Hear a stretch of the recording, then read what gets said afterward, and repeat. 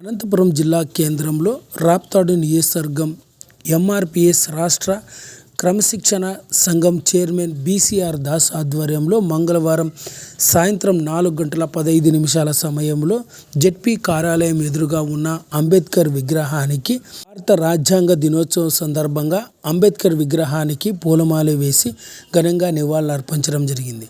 ఈ సందర్భంగా రాప్తాడు నియోజకవర్గం ఎంఆర్పిఎస్ రాష్ట్ర క్రమశిక్షణ సంఘం చైర్మన్ బీసీఆర్ దాస్ మీడియాతో మాట్లాడుతూ భారత రాజ్యాంగ దినోత్సవాన్ని పురస్కరించుకొని జెడ్పీ కార్యాలయం ఎదురుగా ఉన్న డాక్టర్ బిఆర్ అంబేద్కర్ విగ్రహానికి పూలమాల వేసి నివాళులు అర్పించడం జరిగిందని, భారతదేశ రాజ్యాంగాన్ని రచించిన గొప్ప మేధావి డాక్టర్ బిఆర్ అంబేద్కర్ అని, అటువంటి గొప్ప వ్యక్తికి నేడు ఘనంగా నివాళులు అర్పిస్తున్నామన్నారు.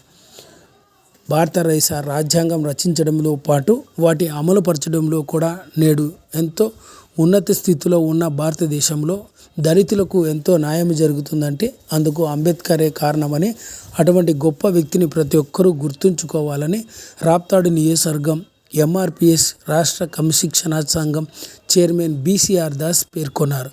ఈ కార్యక్రమంలో రాప్తాడు నియోజకవర్గానికి చెందిన ఏపీ ఎంఆర్పిఎస్ మరియు దళిత నేతలంతా పాల్గొన్నారు. జై భీమ్ ఈ నినాదం పాలీ భాష నుంచి బుద్ధుడు కనుగొన్నాడు.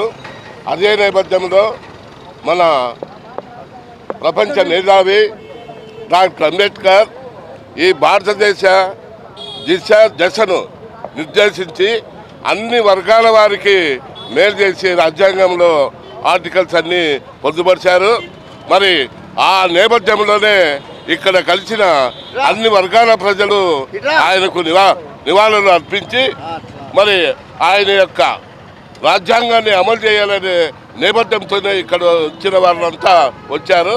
ఓకే, ఇదే నేపథ్యంలోనే భారతదేశాన్ని చీలిక చేస్తున్న మనువాదాన్ని అరికట్టి అందరూ ఏకమై భారత రాజ్యాంగాన్ని కాపాడుకోవాలని చెప్పి ఈ సందర్భంగా అందరికీ తెలియజేస్తారు. ఈరోజు డాక్టర్ బాబాసాహెబ్ అంబేద్కర్ గారి పార్లమెంటుకు రాజ్యాంగాన్ని సమర్పించిన రోజు 76వ రాజ్యాంగ దినోత్సవ కార్యక్రమం ఈరోజు. ఈ క్రమంలోనే అనంతపురం జిల్లా కేంద్రంలో ఉన్న డాక్టర్ బిఆర్ అంబేద్కర్ గారికి మాల మహానాడు, ఎంఆర్పిఎస్ మరియు ఎస్సీ/ఎస్టీ మానిటరింగ్ కమిటీ, ఇతర దళిత సంఘాలు కలిసి ఘనంగా నివాళులు అర్పించడం జరిగింది. డాక్టర్ బిఆర్ అంబేద్కర్ గారి ఆలోచన విధానాన్ని ప్రతి ఒక్కరూ అమలుపరిచి దాంట్లో భాగంగానే ప్రధానంగా దళితులకు మనవంతుగా మనం సాయం చేసి ఆయన రాసిన రాజ్యాంగాన్ని ఏ విధంగా మనం అమలు చేసుకోవాలి, కేంద్ర రాష్ట్ర ప్రభుత్వాలపైన ఒత్తిడి తెచ్చి రాజ్యాంగాన్ని సక్రమంగా అమలు చేసే విధంగా తప్పకుండా మనం కేంద్ర రాష్ట్ర ప్రభుత్వాలను ఒత్తిడి తేవాలి.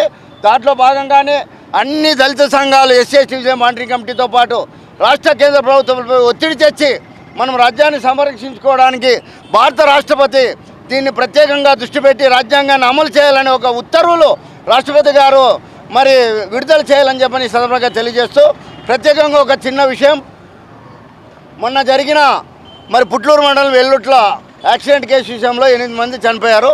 దాంట్లో భాగంగానే ఈరోజు ఎస్సీ/ఎస్టీ మానిటరింగ్ కమిటీ ఆ గ్రామానికి వెళ్తుంది.